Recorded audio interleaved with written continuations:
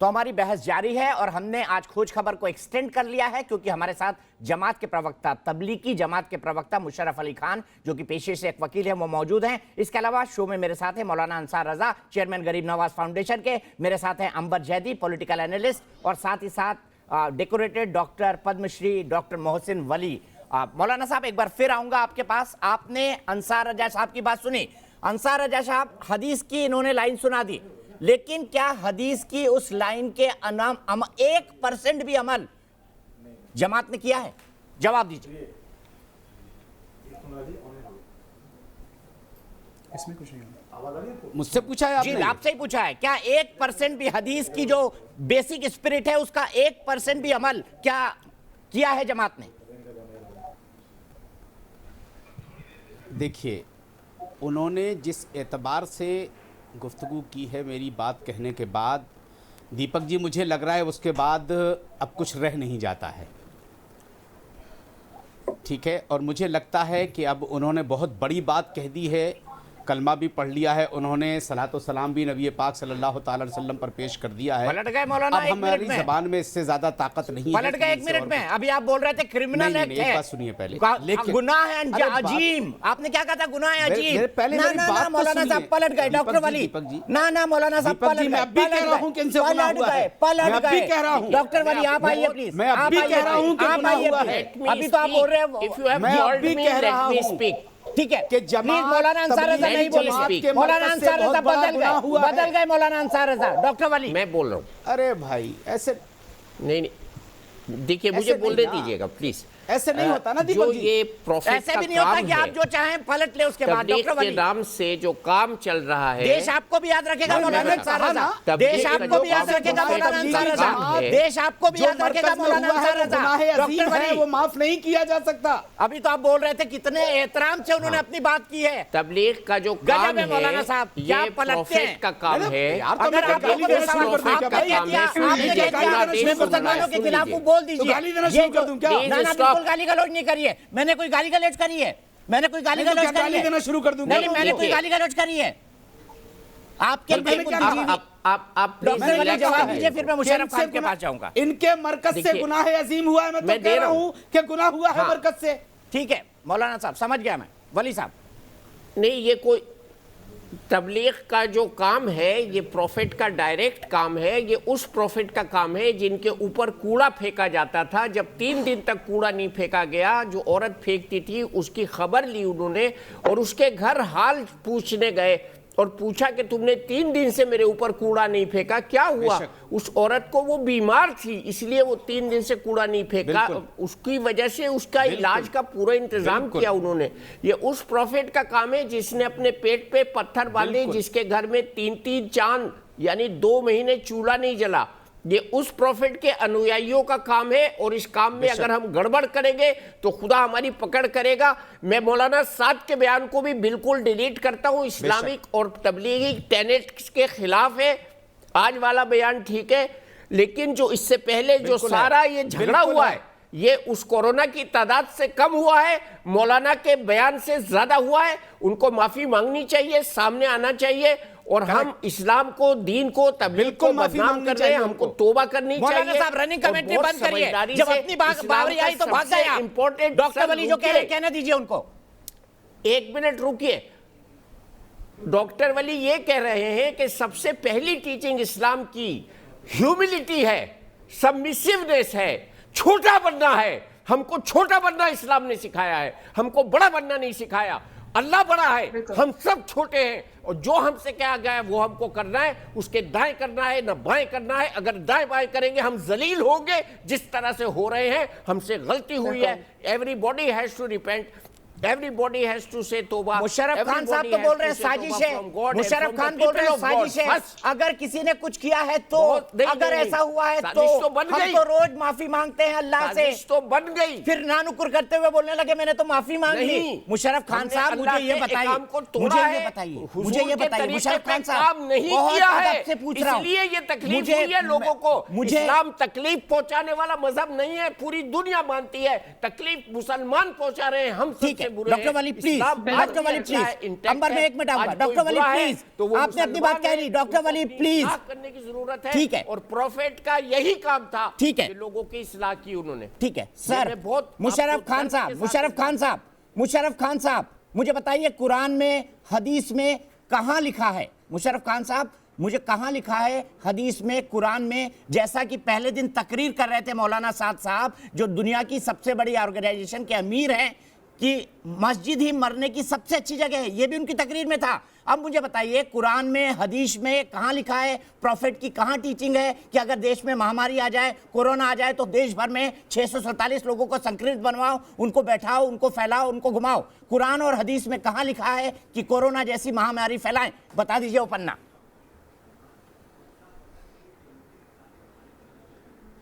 दीपक भाई, मैं देखिए बहुत छोटा आदमी हूँ, मैं पेशे से वकील हूँ, लेकिन मैं इस जमात में जा के कुछ थोड़ा बहुत सीख गया हूँ।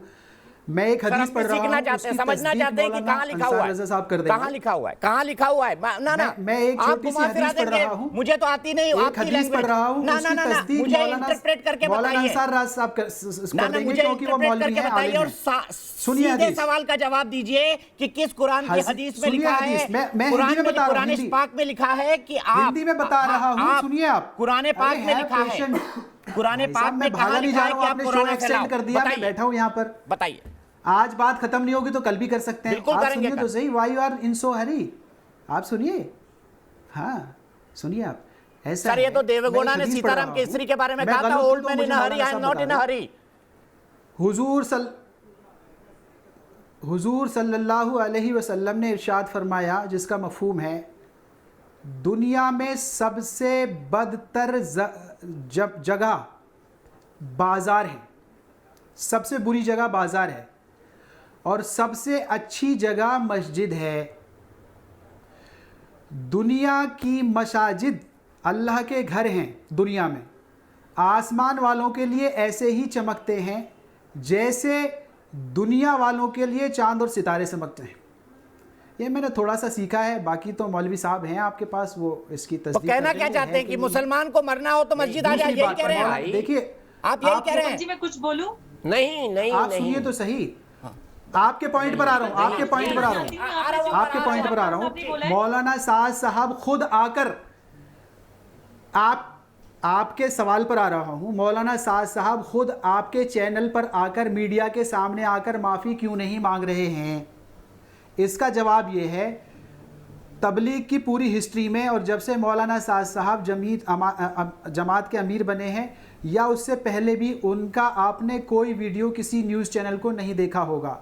माफ़ी की बात रही, माफ़ी आपको ये क्यों आ रहे हैं? तबलीगी मरकज़ के चैनल बंद कराइए इसको। हमारे उससे हुई है, हमारा काम ऑडियो क्लिप वीडियो के से नहीं जरिए से, फैला है, ऑडियो हमारा क्लिप के काम जरिए से मैं मेहनत से दरख्वास्त करूंगा, बिल्कुल हम हजारों बार हम माफ़ी मांगते हैं, ऊपर वाले से भी मांगते हैं, देश की जनता से, दुनिया के लोग से, जीव जंतुओं से मांगते हैं, हम चींटी से मांगते हैं। किसी चींटी के ऊपर हमसे जुल्म हो गया हो, हमसे कोई अपराध पाप हो गया हो, अल्लाह में माफ़ करे। तीसरी बात यह है, इस्लाम की एक सीख में से, इस्लाम के एक सिद्धांत में से एक सिद्धांत ये है, बहुत सारे सिद्धांत हैं लेकिन एक सिद्धांत बता रहा हूं, मौलाना साहब बैठे हैं, उसकी तस्दीक कर देंगे, नहीं है तो। इस्लाम ये सिखाता है, दूसरों की बुराइयों को मत बताओ, उजागर मत करो। यही वजह है कि मैं आपके सामने जो है मुल्क में क्या हो रहा है, कैसे कैसे लोग इसका वायलेशन कर रहे हैं, कि मैं बता नहीं रहा हूँ। अदरवाइज मैं बता देता कि मुजफ्फरनगर में क्या हुआ। ये भी इसलिए बता रहा हूँ कि आप पूरा फोकस जमात पे किए हुए हैं। मुजफ्फरनगर में पुलिस गई एक गांव में, वहां के सरपंच ने पुलिस वाले को मार के अधमरा कर दिया, पता नहीं अभी वो जिंदा भी है कि नहीं। पुलिस वालों को लहूलुहान कर दिया। आज की घटना है दिल्ली में, एक महिला ने एक महिला अफसर को चुपट गई, वो उसको जब रोका गया तो उसने उसके कपड़ों से मुंह लगाया, कहा कि मैं कोरोना फैला रही हूँ। वो तबलीग जमात की नहीं थी। इंडिया गेट पर बसों में भर करके टूरिस्ट को लाया जाता है और वहां पर पुलिस वाले खड़े हैं, क्या बकवास कर रहे हैं मुशर्रफ खान साहब? मैं आपको ये फैलाने का मौका बिल्कुल नहीं दूंगा। आप कहां एक आइसोलेटेड इंसिडेंट उठा रहे हैं? योर वर्क, आप अपनी बात करिए ना, दूसरों की जिम्मेदारी ले रहे हैं, अपनी जिम्मेदारी नहीं लेंगे। कैसी जमात है ये? कैसे इंसानियत का पाठ पढ़ाते हैं? यही सिखाया था क्या? पहले ही कह दिया, मैं सिर्फ मैं सिर्फ आपकी नॉलेज के लिए बता रहा हूँ। ना दूसरों की गलतियां बता रहे हैं, दूसरों की गलतियां बता रहे हैं आप। आपके लोगों ने क्या किया उसको बोल रहे हैं, अगर किया हो तो। आप तो पूरा दिन आपका यही काम है, कुछ पैनलिस्ट को बुला लीजिए और उन पर बहस करिए। पत्रकारिता का जो धर्म है कि गलियों में घूमकर और घुस कर खबरें लाए, देश के विकास के लिए, देश के भविष्य के लिए, देश की रक्षा के लिए, ये चौथा स्तंभ कहा जाता है। मुशर्रफ खान साहब, आपने बड़ा लेक्चर दे दिया। लेकिन मैं बताता हूं पत्रकारिता क्या है, मैं बताता हूं, सुन लीजिए, सुनेंगे एक मिनट, बहुत सारे न्यूज़ मुशर्रफ खान साहब सुनेंगे एक मिनट, मैं बताता हूं पत्रकारिता क्या है, बताऊं आपको। We cannot challenge anything in panelist के साथ मैं बताता हूँ पत्रकारिता क्या है। मेरे बारे में बात कर रहे हैं ना, इराक वॉर में भी 2003 में खड़ा था, 9/11 में अमेरिका से रिपोर्ट कर रहा था, करगिल वॉर के अंदर भी गया था मैं। आपका आज तक ना सुन लीजिए, लंदन बमिंग के टाइम भी गया था, लंदन बमिंग के टाइम भी गया था, यूरोप में पहला बम फूटा था तब भी गया था। क्वाइट सो यंग, उस वक्त मैं आपका फैन रहा हूँ। मुशर्रफ खान साहब, कॉलेज के जो दोस्त हैं, मुझे मत सिखाइए कि पत्रकारिता कैसे होती है। आज तक जो शुरू हुआ था ना, सर मैं दूसरे चैनल का नाम अपने चैनल पर नहीं ले सकता। 9 बजे में 15 मिनट के लिए खबरें आती थी। सुनिए, मैं आपको उस वक्त हम आपके फैन थे, आज तक देखने के लिए हम वेट अरे छोड़िए, मैं अपने चैनल में दूसरे चैनल का नाम नहीं ले सकता। मैं जो भी बदला हूं, मैं मुल्क के लिए बदला हूं। अगर तबलीगी जमात कोई गलत काम करेगी, मैं उस पर सवाल उठाऊंगा। आपको अच्छा लगे बुरा लगे, मैं उसका कुछ नहीं कर सकता। अगर आप कहना चाहते हैं मैं पत्रकार नहीं हूं, मैं मानता हूं, लेकिन आप ये बताइए कि आपका कर्तव्य है, आपका अधिकार है, तो आप ये बताइए ना, मौलाना साहब माफी क्यों नहीं मांगेंगे? मौलाना साहब माफी क्यों नहीं मांगेंगे देश से, बताइए। दूसरा मैं स्पष्ट कर रहा हूं, मौलाना साहब आपकी यही जिद है, मैं उनसे दरख्वास्त करूंगा ऑडियो क्लिप के रूप में, हो सकता है वो बिल्कुल आपके सामने पेश करेंगे, लेकिन न्यूज चैनल पे वीडियो कभी नहीं बनवाएंगे। आज तक कभी नहीं बनाया उन्होंने, ये इसको गुनाह समझते हैं। आज तक उन्होंने कोरोना भी नहीं फैलाया था, आज तक उन्होंने कोरोना भी नहीं फैलाई थी। दुनिया भर के लोगों को तबलीगी जमात के लोगों ने संक्रमित भी नहीं कराया था। देश के अंदर एक महामारी नहीं फैला दी थी। कोई महान काम नहीं कर रहे, कोई एहसान नहीं कर रहे मौलाना साहब के क्लैरिफिकेशन देके, कोई एहसान नहीं कर रहे मौलाना साहब। सीखी है, मैं बता रहा हूं, मौलाना साहब उसकी तस्दीक कर देंगे इंशाल्लाह। एक छोटी सी हदीस है, सारी बीमारी ऊपर वाले की तरफ से आती हैं, वही उनको ठीक कर देता है। अंबर जैदी आ जाइए, हदीस में है ऊपर वाला बीमारी देता है, ऊपर वाला ठीक करता है। तो डॉक्टर वाली जैसे डॉक्टर सर कल से मस्जिद में जाना शुरू कर दीजिए। डॉक्टर वाली अंबर जैदी जवाब दीजिए। सवाल करना चाहती हूं, डॉक्टर लोग पूरा लाइलाज बीमारियों का इलाज करने के बाद जब थक जाते हैं तो पेशेंट से ये कहते हैं कि हम अपना काम कर चुके हैं, अब हमारे हाथ में कुछ नहीं है, आप प्लीज ईश्वर से प्रार्थना कीजिए। डॉक्टर साहब बैठे हैं, आप पता कर लीजिए उनसे, क्या कोई भी डॉक्टर, कोई भी साइंटिस्ट ये दावा कर सकता है एक्यूरेसी का 100%? डॉक्टर साहब बैठे हैं, अगर वो बैठे हैं, मैं आज से अपने घर में बैठ के ताला लगा लूंगा, मैं बिल्कुल नहीं निकलूंगा। पूरे देश की जनता को ये कहता हूँ खाए पिए भी नहीं। डॉक्टर साहब इसकी जिम्मेदारी लेने की वो बिल्कुल 100% ठीक कर देंगे। मैं लेके आऊंगा अंबर, एक दूसरे पे मत बोलिए। मुशर्रफ साहब थोड़ा पेशेंस रखिए, मेरे ख्याल से आपको पेशेंस रखना भी सिखाया होगा, धैर्य रखना, संयम रखना। अंबर जैदी बोलिए, ये बोल रहे हैं कि डॉक्टर साहब 100% गारंटी ले ठीक कर देंगे। आप बिल्कुल, मैं जल्दी में नहीं हूँ, इसको कल भी कर सकते हैं। आप बात सुनने के लिए तैयार नहीं है। सबसे पहले आपने 2 हदीसें बोली है कि मसाजिद बेहतरीन जगह है, बाजार सबसे बदतर जगह है। बिल्कुल आपने सही बात कही, लेकिन आपने जो काम की हदीस है, जो इस सिचुएशन के लिए हदीस है हुजूर सल्लल्लाहु अलैहि वसल्लम की, आपने वो नहीं बताई कि जब कोई वबा महामारी फैले तो अपने घरों में रहे, घर से बाहर ना निकले। आपने उसका उल्टा किया। आपके मौलाना साहब ने ऑडियो जारी किया पिछले 10-12 दिन पहले, और उसमें कहा कि कोरोना वायरस ये संघ की और प्रशासन की एक साजिश है मुसलमानों को एक दूसरे से जुदा करने की और मसाजिद को सूना करने की। आप इन प्रोपेगेंडा में ना आए, इन साजिशों में ना आए, ज्यादा से ज्यादा बाहर निकले, अपने कामों को बढ़ाएं और फैलाएं। इस तरीके के बयानात देते हैं, क्या जिम्मेदारी आप लेते हैं और उसके बाद आप कहते हैं कि हम माफी नहीं मांगेंगे, अगरचे कोई गलती अनजाने में हो गई होगी तो हम ये वो ऐसे वैसे कर लेंगे। आप किसी तरीके की अपनी ओनरशिप किसी गलती की लेने के लिए तैयार नहीं है। आप बैठ के बातें घुमा के मीठी बातें कर रहे हैं इतने पिछले 1.5 घंटे से कि मैं बहुत छोटा आदमी हूँ, मैं ऐसा हूँ, मैं जाहिल हूँ, मैं अदना हूँ। ये यहाँ पे आप ये विक्टिम कार्ड मत प्ले कीजिए। आपने अपराध किया है इंसानियत के लिए, आपने अपराध किया है इस्लाम के खिलाफ, अल्लाह के खिलाफ, हुजूर सल्लल्लाहु अलैहि वसल्लम के खिलाफ और इस देश के खिलाफ। आप लोगों का पे चार्जेस बनते हैं, माफी मांगिए। सिर्फ अल्लाह से माफी मांगना काफी नहीं, जब तक आप बंदों से इस देश से माफी नहीं मांगेंगे तब तक आपकी जिम्मेदारी पूरी नहीं होती। आप टीवी चैनल पर बैठकर बोल रहे हैं कि जब तक आप तो दिखाएंगे ही नहीं अगर मैं माफी नहीं मांगूंगा। अंबर जवाब ले लो, मैं बिल्कुल भी इतना नहीं बोलूंगा। अंबर चुप जाइए, आप चुप जाइए प्लीज। कि मैं शर्मिंदगी मांगूंगा, अभी तो नहीं आप दिखाएंगे माफी को। जवाब दीजिए मौलाना साहब, रुकिए, आपके पास भी आऊंगा मैं जी। अंबर बहन जी जी, आप मुझसे छोटी हैं उम्र में, मैं आपसे बड़ा हूं। शायद मैं आपसे बड़ी होंगी क्योंकि आप यहाँ सबसे छोटे हैं। आप दीपक चौरसिया, अंसार रजा सबसे छोटे, तो मुझसे भी छोटे ही होंगे। और आपको एक और हदीस में सुना रहा हूँ, माफी मांगने वाला हमेशा बड़ा होता है और माफ कर देने वाला उससे ज्यादा बड़ा हो जाता है अगर वो माफ कर दे, लेकिन वो उसको स्ट्रेच करेगा तो उससे बड़ा कोई गुनहगार नहीं है। लेकिन आप दिल से तीसरी बात आपने अभी भी मुझे गुनहगार बना दीजिए, थोड़ा सा माफ जो मैंने कीजिएगा, सीखी है मैं मैं उसको ठीक से कितना पढ़ भी देता हूं। बड़ा गुनहगार बन मौलाना जाऊं। साहब से, मौलाना साहब मैं एक छोटी सी दो मुशर्रफ खान साहब, मैं कितना भी बड़ा गुनहगार बन जाऊं, मैं कितना भी बड़ा गुनहगार बन जाऊं, ना मैं आपको माफ करूंगा ना देश आपको माफ करेगा, ना मैं आपको माफ करूंगा ना देश आपको माफ करेगा।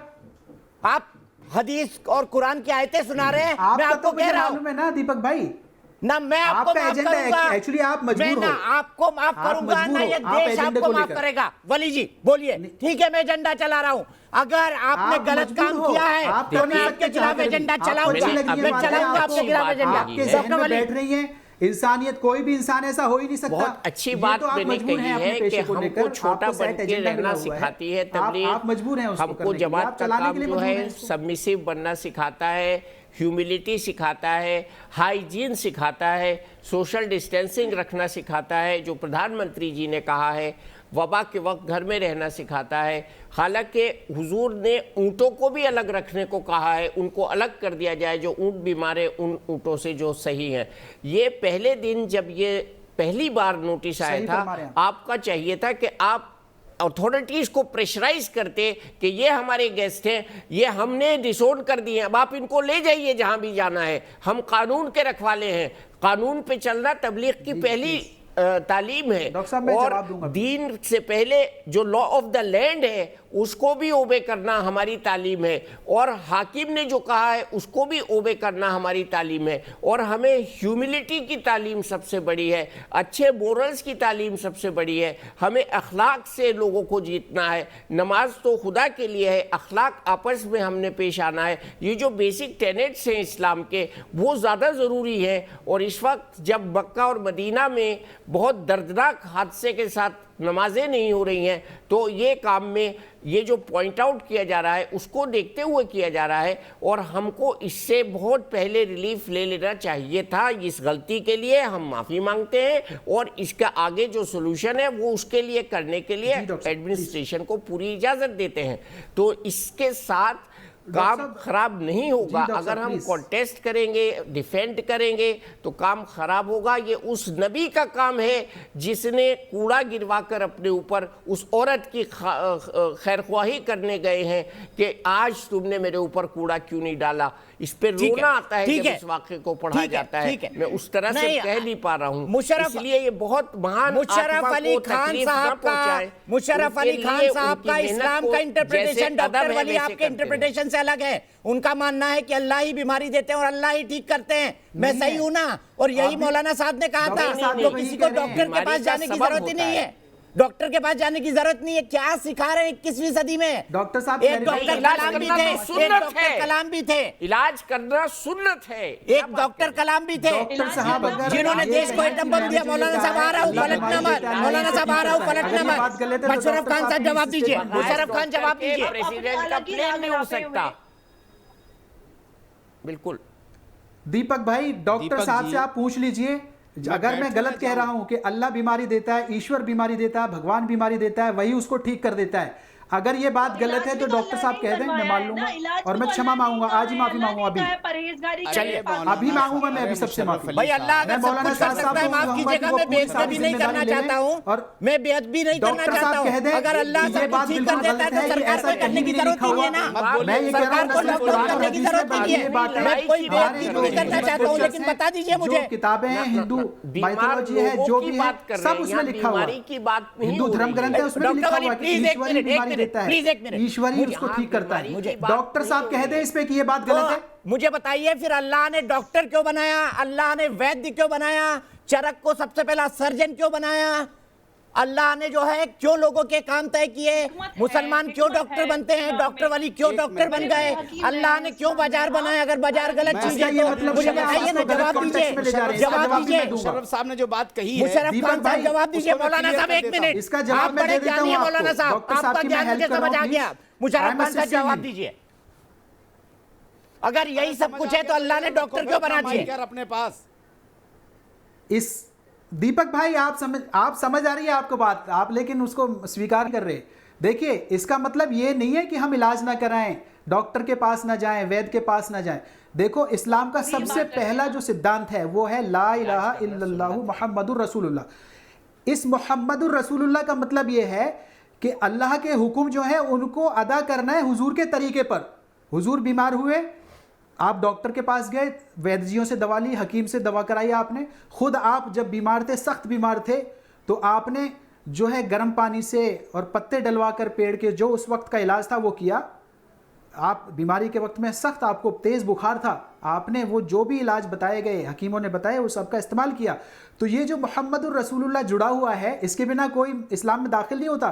सिर्फ ला इलाहा इल्लल्लाह पढ़ ले, इसको ना माने तो वो मुसलमान नहीं होगा। दोनों बातों को मानना है। तो जैसे जैसे क्यों नहीं मानी मुशर्रफ खान साहब, आपने क्यों नहीं मानी, लेकिन इसमें यकीन नहीं करना कि मुझे डॉक्टर ही ठीक करेगा। कोरोना फैलाया बताइए ना, आपने क्यों नहीं मानी, क्यों कोरोना फैलाया? एक बात खत्म नहीं होती। अब इससे आगे मैं दरख्वास्त कर रहा हूं, आपसे प्रार्थना कर रहा हूं, आप भी थक गए हैं, इससे आगे की हम आगे कल कर लेंगे। नहीं, मुझे सिर्फ 5 मिनट आपके और चाहिए, 5 मिनट आपके और चाहिए। क्यों? मैं मौलाना अंसार रजा को लेना चाहता हूं ताकि मेरे ब्रेक का टाइम हो जाए। तो फिर मेरी बात सुनिए, 1 मिनट। मौलाना अंसार रजा नाराज हो जाएंगे, वो बोलेंगे कि मैं मुसलमानों की आवाजों को दबाता हूं। मौलाना अंसार रजा आ जाइए आप भी। तो आप उनको राजी कर लेना, बड़े हैं आप, माफी मांग लेना, माफी मंगवा रहे हैं आप हमसे भी, उनसे भी आप भी मांग लेना माफी। क्या होगा? कहां माफी मांग रहे हैं साहब? देखिए कहां माफी मांग रहे हैं आप? वैसे देश आपको सुन के बड़ा संतुष्ट हो रहा होगा। मांगिए ना, जो आपने झूठ फैलाया इतने दिन से। मैं अपने दर्शकों से माफी मांगूंगा आज, मैं अपने दर्शकों से माफी मांगूंगा कि मुझे बताइए मौलाना साहब, बताइए। ये बहुत अच्छी, कल से हम इसमें मुहिम में लग जाएं सरकार की। देखिए तो पहले क्यों फैलाया मालिक, बताइए ना, कल से क्यों लगे? जिस दिन लॉकडाउन किया था उस दिन क्यों नहीं माना? जिस दिन अरविंद केजरीवाल ने 50 लोगों का किया था तब क्यों नहीं माना? कल से लग जाए, फैलाने के बाद लग जाए। मौलाना साहब आएंगे फिर आप जवाब देना मेरी बात का। ठीक है, ठीक, ओके। अब मैं एक बात कहना चाहता हूं, कहिए मौलाना साहब। मुशर्रफ साहब, पलटू राम मौलाना अंसार रजा, गरीब नवाज फाउंडेशन। आपने बातों बातों में एक बात कही है कि मैं मौलाना साद से जाके गुजारिश करूंगा कि वो माफ़ी मांग लें। इसमें गुजारिश की ज़रूरत नहीं है, उनकी खुद जिम्मेदारी बनती है कि वो सामने निकल के आएँ और पूरे देश से माफ़ी मांगें। इसमें गुजारिश की क्या बात है? इतना बड़ा गुनाह करने के बाद गुजारिश करेंगे आप? अब गुनाह हो गया, पहले तो आपने गुनाह अजीम कहा था, सबसे बड़ा गुनाह, अब गुनाह हो गया। आपका भी लेवल धीरे धीरे नीचे आ रहा है, प्यार जाग रहा है मौलाना साहब। दीपक जी क्या करूं? अजीम से कोई लफ्ज अगर और हो तो वो बता दीजिए, वो बोल देता हूं। नहीं, आपने गुनाह अजीम को गुनाह कर दिया। आप डाइल्यूट करते जा रहे हैं धीरे धीरे। फिर आप एक दिन डिबेट में मेरे साथ ही बैठ के बोलेंगे कि इनके खिलाफ तो साजिश हो गई थी, हम जैसे एंकरों ने कर दी, क्योंकि हम बीजेपी और आरएसएस के लोग हैं। देखिए ऐसे इस तरह से तो मैं साहब डिबेट नहीं करूंगा। सुनिए, देखिए जो होगा वो सब बाहर आ जाएगा। अभी मैं फिलहाल मौलाना मुशर्रफ साहब से गुजारिश करूंगा कि मुशर्रफ साहब, उनसे गुजारिश करने की ज़रूरत नहीं है। देश इस वक्त चाह रहा है, अगर इस कौम की सलामती तबलीग चाहती है, अगर इस कौम को बचाना चाहती है तबलीग, तो उनको चाहिए कि सामने निकल के आए और पूरे देश से माफ़ी मांगे, अपने हिंदुस्तान की जनता से माफ़ी मांगे, जो बड़ा गुनाह हुआ है उसके लिए माफ़ी मांगे और ये इकरार करें कि हाँ हमने कानून का उल्लंघन किया है, हमसे हुआ है कि लॉकडाउन होने के बाद हमने 1800 आदमी अपने आप, चाहे वो जिस हालत में बंद रहे हों, छुपे हों, बचे हों, छुप के रहे हों या जैसे भी रहे हों, चाहे वो फंसे हुए हों, मैं उन लफ्जों में नहीं पढ़ना चाहता, लेकिन देश मुसीबत में आया है। ठीक है मौलाना साहब, जवाब मुशर्रफ खान साहब, बात रिपीट कर रहे हैं मुशर्रफ खान साहब, जवाब की कलाकारी है मौलाना साहब, अभी भी कलाकारी बोलेंगे। जी देखिए, मैं हमारे बड़े बड़े आलिम यहाँ पर बैठे हुए हैं, बड़े बड़े स्कॉलर बैठे हुए हैं, डॉक्टर सबके ऑडियो कम करें, सिर्फ मुशर्रफ खान साहब जैसे जी। यहाँ पर शख्स हैं जिनका मैं फ़ैन रहा हूँ। कॉलेज के ज़माने में मैं आपका फ़ैन रहा हूँ, मेरा दोस्त भी आपका फ़ैन रहा है। सुनिए, मैं उनका एक एडवाइज़र हूँ, उनके केस लड़ता हूँ। मैं आपकी भावनाओं को, आपके संदेशों को उन तक पहुँचाऊँगा और उनसे गुजारिश करूँगा कि जैसा आप चाहते हैं अगर वो कर लें तो बहुत अच्छा है। अभी भी अगर मगर है मुशर्रफ साहब, पेश कर दूंगा जो अभी भी अगर मगर है, ये देश अब अगर मगर नहीं चाहता। मुशर्रफ साहब, आप हमारे साथ जुड़े। एक वकील का रिप्रेजेंटेटिव, आपकी जो कंपनी है, आप क्या उसके बिहाफ पे आप फैसला ले सकते हो आज? सर, मैं अपने शो में अपने पूरे फैसले लेता हूं। आप गरीबों की बस्तियों में जाएंगे तो आप मैं गरीबों की बस्तियों में जाता हूं, खिलाता हूं। मेरे बच्चों ने अपनी pocket money PM relief fund में दान कर दी है। बस्ती है यहाँ करीब में। मौलाना मुशर्रफ साहब, मैं आपसे कोई सर्टिफिकेट लेना नहीं चाहता, लेकिन मैं मौलाना अंसार रजा, जो लोगों पे आरोप लगाते हैं कि हिंदू मुसलमान करते हैं, खान साहब, डॉक्टर वली और सबको फ्रेम में रखते हुए कविता सुनाना चाहता हूं। सबको फ्रेम में रखिए और मैं बताना चाहता हूं कि इस देश की, इस हिंदुस्तान की, इस महान देश की स्पिरिट क्या है और यहां कितने बड़े बड़े लोग पैदा हुए, आज से नहीं हजारों साल पहले से। और इसी के साथ ये शो कंक्लूड होगा। कृपया सभी को फ्रेम में रखें। मंदिर में दाना चुगकर चिड़िया मस्जिद में पानी पीती है। मैंने सुना है राधा की चुनरी कोई सलमा बेगम सीती है। एक रफ़ी था महफिल में, रघुपति राघव गाता था। एक प्रेमचंद बच्चों को ईदगाह सुनाता था। कभी कन्हैया की महिमा गाता रसखान सुनाई देता है। औरों को दिखते होंगे हिंदू और मुसलमान, मुझे तो हर शख्स के भीतर इंसान दिखाई देता है। क्योंकि ना हिंदू बुरा है ना मुसलमान बुरा है, जिसका किरदार बुरा है वो इंसान बुरा है।